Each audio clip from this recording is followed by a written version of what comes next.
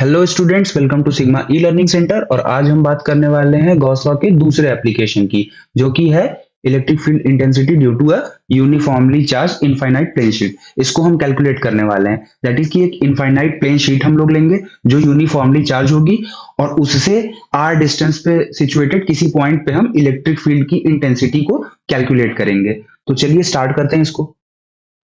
देखिए, हमारे पास एक इनफाइनाइट प्लेन शीट है जो यूनिफॉर्मली चार्ज है। पहली चीज आप क्या एक्सट्रैक्ट करोगे कि यूनिफॉर्मली चार्ज है, दैट इज कि यहाँ पे सिग्मा होगा। अगर टोटल चार्ज बॉडी का क्यू है और टोटल एरिया ए है, तो सरफेस चार्ज डेंसिटी सिग्मा क्या हो जाएगा, क्यू बाई ए। सिग्मा हमारी कोचिंग का भी नाम है, तो सिग्मा आ गया। अब यूनिफॉर्मली चार्ज हो गई, इनफाइनाइट प्लेन शीट है। इनफाइनाइट प्लेन शीट का मतलब बेटा ये नहीं होता कि हमेशा डायमेंशन इनफाइनाइट होगी। इसका मतलब होता है कि जो आप डायमेंशन ले रहे हो, सपोज करो आर पॉइंट यहां पे है, ये सरफेस से इतनी दूरी पे है ये आर, ये ओ मान लो और ये पी मान लो, तो ओपी की डिस्टेंस आर है, तो उसके कंपैरिजन में ये जो लेंथ है ये बहुत बड़ी होगी, समझ लो 1000 और 2000 टाइम्स। तो उसको इनफाइनाइट के बराबर अज्यूम किया जाता है। ऐसा मतलब इन रियलिटी नहीं होता कि पूरा आप ले लो, ठीक है। तो अभी तो सिग्मा आ गया था आपके पास, total charge upon total area, ये आपको अब मिल गया था। अब चलो आगे चलते हैं। देखो, अब वहां पे तो आपको प्लेन शीट दिख रही थी, बट अब आपको इजीली समझ में आए इसलिए मैंने दो डायग्राम बनाए हुए हैं। इसमें आपको ये देखो, ये फ्रंट सरफेस है और ये बैक सरफेस है। अब शीट है, जैसे आपके पास एक पेपर है तो उसकी दो सरफेस होती है ना, एक फ्रंट एक बैक, पतला होगा, ठीक है। तो ये देखो, इस सरफेस से जो इलेक्ट्रिक फील्ड निकल रही बेटा वो ऐसे बाहर जा रही है, और इस सरफेस से जो इलेक्ट्रिक फील्ड निकल रही है वो इस डायरेक्शन में बाहर जा रही है। ओके। अब एक चीज आपको ध्यान रखना है कि ये जो सरफेस है इसका अगर आप कोई भी एलिमेंट्री एरिया काटोगे, एलिमेंट्री एरिया काटना तो सबसे अच्छा काम होता है गॉस में, तो इसका नॉर्मल वेक्टर किधर होता है? आपको बताया गया है कि नॉर्मल वेक्टर हमेशा आउटवर्ड होता है, जो भी आपने काटा है परपेंडिकुलरली आउटवर्ड। तो इसका किधर होगा, बैक वाली साइड का, इसका इधर होगा। तो आप देख रहे होगे कि इलेक्ट्रिक फील्ड की जो डायरेक्शन है और जो एलिमेंट्री वेक्टर है आपका, डायरेक्शन वेक्टर नॉर्मल वेक्टर, उसकी डायरेक्शन सेम है। यानी कि सरफेस के परपेंडिकुलर है दोनों। तो थीटा क्या बन रहा है, 0 डिग्री फ्रंट सरफेस के लिए भी, थीटा क्या बन रहा है, 0 डिग्री सरफेस के लिए भी। ओके, चलो अब आगे चलते हैं। अभी इसको बस ध्यान से पढ़ो, मैं बताता हूँ सारी चीजें। तो देखो, मैंने एक फिगर ड्रॉ किया हुआ है। हमें देखो इनफाइनाइट शीट है बेटा, तो पूरे का कैलकुलेट करना पॉसिबल नहीं है। तो हमने क्या किया, हमने एक सरफेस एरिया ले लिया सर्कुलर फॉर्म में। हमने इसी के अंडर अज्यूम करना है कि इसके थ्रू कितना हो रहा है, फिर हम इंटीग्रेट कर देंगे। इंटीग्रेशन क्या करता है, एक छोटा सा एलिमेंट उठाओ, उस पर कैलकुलेट करो, उसके बाद पूरी बॉडी के लिए लिमिट लगा के इंटीग्रेट कर दो। तो हमने भी वही करना है। हमने छोटा सा एरिया ये उठा लिया है। अब हमें लगाना है गॉस लॉ, क्योंकि इलेक्ट्रिक फील्ड फाइंड करने के लिए अब यहाँ पे गॉस लॉ के अलावा कुछ दिख नहीं रहा है सर। तो हमने लगाया गॉस लॉ। गॉस लॉ लगाने के लिए क्या चाहिए, गॉसियन सरफेस। तो हमारे पास गॉसियन सरफेस हमने ये बना ली। ये गॉसियन सरफेस तीन पार्ट्स में कंसिस्ट कर रही है। एक, ये सर्कुलर सरफेस बी, दूसरा ये कर्व सरफेस सी, ये कर्व सरफेस जो है ये पूरी, और तीसरा सर्कुलर सरफेस ए। तो हमारे पास ये आ गया बेटा, इसी के बीच में हमारा एरिया अंडर कंसिडरेशन है, एलिमेंट्री एरिया। ओके, कोई दिक्कत नहीं। अब एक बात बताओ मुझे बेटा, कि सर्किल है दोनों, तो ये जो जितना एरिया इसका होगा, अगर इसका एरिया एस है तो इसका भी एरिया एस होगा। होगा कि नहीं होगा? क्योंकि सिलेंडर है, यूनिफॉर्म सिलेंडर बना हुआ है। तो सिलेंडर की आप प्रॉपर्टी जानते ही हो, सिलेंडर ऐसे ही होता है, कई तरह का होता है, बट अगर आप एकदम बिल्कुल राइट सर्कुलर सिलेंडर बना रहे हो तो कैसे होगा, ये आर होगा तो ये भी आर होगा, यहां भी आर होगा, यहां भी आर होगा। मतलब दोनों सर्किल का एरिया सेम है। बेसिकली मैं क्या कहना चाह रहा हूं कि अगर area of circle, area of circle A is equal to S, capital S, तो it is also equal to area of circle B. ठीक। और कर्व सरफेस का एरिया निकालने की हमें जरूरत नहीं है। क्यों? देखो बेटा, यहां पे क्या है, यहां पे अगर आपने एक एलिमेंट्री सरफेस काटी है, एलिमेंट्री सरफेस आपने काटी है, तो आपको दिख रहा होगा नॉर्मल वेक्टर इसका किधर जा रहा है, शीट से अवे राइटवर्ड डायरेक्शन में, और इलेक्ट्रिक फील्ड वेक्टर भी किधर जा रहा है, rightward away from infinite plane sheet. तो थीटा क्या बन गया बेटा, यहाँ पे पैरेलल है तो 0 डिग्री। सेम केस यहां अप्लाई होगा। अगर आप यहाँ पे एक पूरी एलिमेंट्री सरफेस काट रहे हो तो नॉर्मल वेक्टर किधर जाएगा, आउटवर्ड। नॉर्मल वेक्टर हमेशा आउटवर्ड होता है। और ये जो इलेक्ट्रिक फील्ड लाइंस है ये कैसे पास हो रही हैं, ये बिल्कुल ऐसे पास हो रही हैं। तो इलेक्ट्रिक फील्ड लाइंस भी कैसी बन गई, पैरेलल। तो थीटा क्या हो जाएगा, थीटा हो जाएगा 0 डिग्री। अभी मैंने आपको इस चीज को डिटेल में एक्सप्लेन किया था बेटा कि अगर एक एलिमेंट्री सरफेस है उसका नॉर्मल वेक्टर इधर है और इलेक्ट्रिक फील्ड लाइन भी इधर ही जा रही है, तो थीटा क्या हो जाएगा, 0 डिग्री, पैरेलल है ना बेटा। ओके, ठीक है। तो अब हमें क्या करना है बेटा, अब हमें निकालना है कि इसका टोटल फ्लक्स इससे कितना पास हो रहा है, मतलब इससे पॉइंट पी है जो है आर डिस्टेंस पे सिचुएटेड है, इस पॉइंट पे इलेक्ट्रिक फील्ड इंटेंसिटी क्या होगी। तो इलेक्ट्रिक फील्ड इंटेंसिटी निकालने के लिए हम देख ले रहे हैं कि वहां से फ्लक्स टोटल कितना पास हो रहा है। ये जो गॉसियन सरफेस है इससे टोटल कितना फ्लक्स पास हो रहा है उसको हम कैलकुलेट कर लेते हैं सर, उसके बाद देखते हैं। देखो, तो total flux passing through the area, उसको हम अगर फाई ई कहें तो वो किसके बराबर होगा बेटा, flux passing through the surface, circular surface A, इसको आप ई डी एस लिखो डॉट प्रोडक्ट में।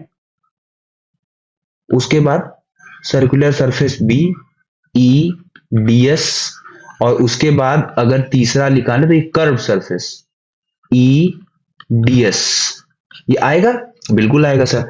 अब एक बात बताओ, इलेक्ट्रिक फील्ड मैं अलग से ही डायग्राम ड्रॉ कर देता हूं वरना कंफ्यूजन हो जाएगी। एक बात बताओ बेटा, ये हमारे पास सिलेंडर है, ओके, इलेक्ट्रिक फील्ड लाइंस कैसे जा रही हैं, सपोज करो कि ये शीट है तुम्हारी, सपोज करो अभी के लिए छोटी सी एलिमेंट्री एरिया है पूरी शीट में, ये ऐसे जा रही है इलेक्ट्रिक फील्ड लाइंस, और ऐसे जा रही हैं, ऐसे जा रही हैं, ऐसे जा रही हैं, इलेक्ट्रिक फील्ड लाइंस ऐसे जा रही हैं। तो बेटा सर्किल के लिए तो बढ़िया है, नॉर्मल वेक्टर काटोगे, नॉर्मल वेक्टर इधर निकल रहा है और इलेक्ट्रिक फील्ड लाइंस भी इधर निकल रही हैं। तो कर्व सरफेस ए के लिए थीटा कितना हो जाएगा, 0 डिग्री। कर्व सरफेस बी के लिए नॉर्मल वेक्टर और इलेक्ट्रिक फील्ड वेक्टर के बीच का एंगल कितना हो जाएगा, 0 डिग्री। सेम केस यहां भी होगा ना बेटा, ऐसे एलिमेंट्री सरफेस जब आप काटोगे एक सर्किल में से, तो ये एन हो गया और ये ई हो गया। नॉर्मल वेक्टर क्या होता है, हमेशा जो आपका प्लेन होता है उसके परपेंडिकुलर आउटवर्ड निकलता है, ठीक। लेकिन जो कर्व सरफेस है बेटा, ये वाली, इसको समझो, कर्व सरफेस यहां पे अगर आप एलिमेंट्री एरिया काटो तो नॉर्मल वेक्टर हमेशा की तरह बाहर, लेकिन इलेक्ट्रिक फील्ड कैसे पास हो रही है, ऐसे या ऐसे, डिपेंड कर रहा है। अगर इस हाफ में होगा तो इधर जाएगी, इस हाफ में होगा तो इधर जाएगी। तो दोनों के बीच का एंगल कितना बन रहा है, 90 डिग्री, इधर भी 90 डिग्री। तो यानी कि पूरी कहानी समझ में आ गई कि अगर सर ईडीएस, आप इसको क्या लिखते हो, vector E dot vector DS को क्या लिखते हो, ईडीएस कॉस थीटा। तो अगर ये ए सरफेस के लिए है ईडीएस, तो ये क्या हो जाएगा, ईडीएस कॉस 0, सेम हो जाएगा, ये बराबर हो जाएगा E D S for curve surface B. लेकिन जैसे ही आप कर्व सरफेस सी एस के लिए निकालोगे कर्व सरफेस, तो वहां पे क्या हो जाएगा, वहां पे ई डी एस कॉस 90 डिग्री, और कॉस 90 डिग्री की वैल्यू क्या होती है, 0। तो सारी चीज में मल्टीप्लाई करोगे 0, दैट इज की बेटा इसका फ्लक्स ये आ गया, इसका फ्लक्स ये आ गया, और जो लास्ट है ये 0 हो गया, इक्वल टू 0 हो गया। तब हम चलते हैं आगे। अब हमारे पास क्या बचा, phi E is equal to A EDS, क्योंकि डॉट प्रोडक्ट हो चुका, और ये बी ईडीएस, और तीसरा वाला तो 0 हो गया। फाई ई क्या हो जाएगा, फाई ई हो जाएगा E D S A plus E D S B. तो अब बताओ, सर्किल ए का एरिया आपने क्या अज्यूम किया था? एक एलिमेंट्री पैच आपने लिया बेटा, उसका एरिया आपने डीएस या डीए माना, जो भी माना, डीएस या डीए जो भी।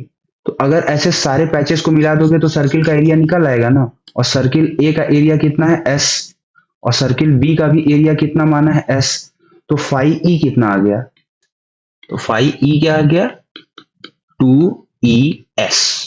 यहां तक तो अपने काम आ गया। अब हमें पता है कि गॉस लॉ से एक और लॉ होता है ना, गॉस लॉ में क्या बोलता है? Total flux passing through any surface is equal to Q enclosed upon epsilon naught. और क्यू इनक्लोज्ड हमें पता है नहीं, क्यू इनक्लोज्ड क्या होगा हमको ये नहीं पता है, लेकिन हमको ये पता है कि यहाँ सिग्मा है, और सिग्मा क्या होता है? Total charge upon total area. तो अगर टोटल एरिया एस है तब क्यू इनक्लोज्ड। अब टोटल एरिया एस हमने क्यों लिया बेटा? क्योंकि यहां जो सर्किल है, ये वाला सर्किल, तो ये भी तो इन दोनों के आइडेंटिकल है। तो अगर इसका एरिया ए है, इसका एरिया ए है, तो इसका भी एरिया ए होगा। इसका एरिया एस है, इसका एरिया एस है, तो इसका भी एरिया एस होगा। एस होगा ना सर? बिल्कुल होगा। इसीलिए हमने इस सरफेस, जो ये हमने एस एरिया का सरफेस लिया है, इससे जितना चार्ज है, इसमें जितना चार्ज है, उसकी भी तो चार्ज डेंसिटी वही होगी जो पूरे प्लेन की है, क्योंकि यूनिफॉर्मली चार्ज डिस्ट्रीब्यूटेड है। तो इसलिए क्यू इनक्लोज्ड क्या हो जाएगा? 5 इंटू एस एरिया। तो अब हम इसकी जगह क्या लिख सकते हैं? 5E की जगह हम लिख सकते हैं sigma into S upon epsilon not. ये हमारे पास दूसरा इक्वेशन आ गया। तो अब ये रिलेशन को अगर इक्वेशन 1 आप बोलते हो, 5E is equal to 2ES, ठीक है, इसको ध्यान से नोट करो। और इसके बाद इस इक्वेशन को अगर आप 2 बोलते हो, तो from equation 1 and 2 we get phi into s upon epsilon naught is equal to 2ES। s से s कैंसिल, तो क्या मिल गया सर हमको? E is equal to sigma upon 2 epsilon naught. यही आपकी इलेक्ट्रिक फील्ड इंटेंसिटी होती है due to a uniformly charge infinite plane sheet. ठीक है सर? कुछ नहीं समझ में आ रहा है तो आप बिल्कुल कमेंट बॉक्स में कमेंट करके पूछ सकते हो, या इंस्टाग्राम पे डीएम करके पूछ सकते हो। आपको हैंडल लिंक पे मिल जाएगा, नहीं तो चैनल के अबाउट में मिल जाएगा। और वीडियो पसंद आ रहा है तो प्लीज इसको ज्यादा से ज्यादा लोगों के साथ शेयर करो, और चैनल को सब्सक्राइब करो, कंटेंट को लाइक करो। मिलते हैं अगले लेक्चर में। पढ़ते रहो, मस्त रहो।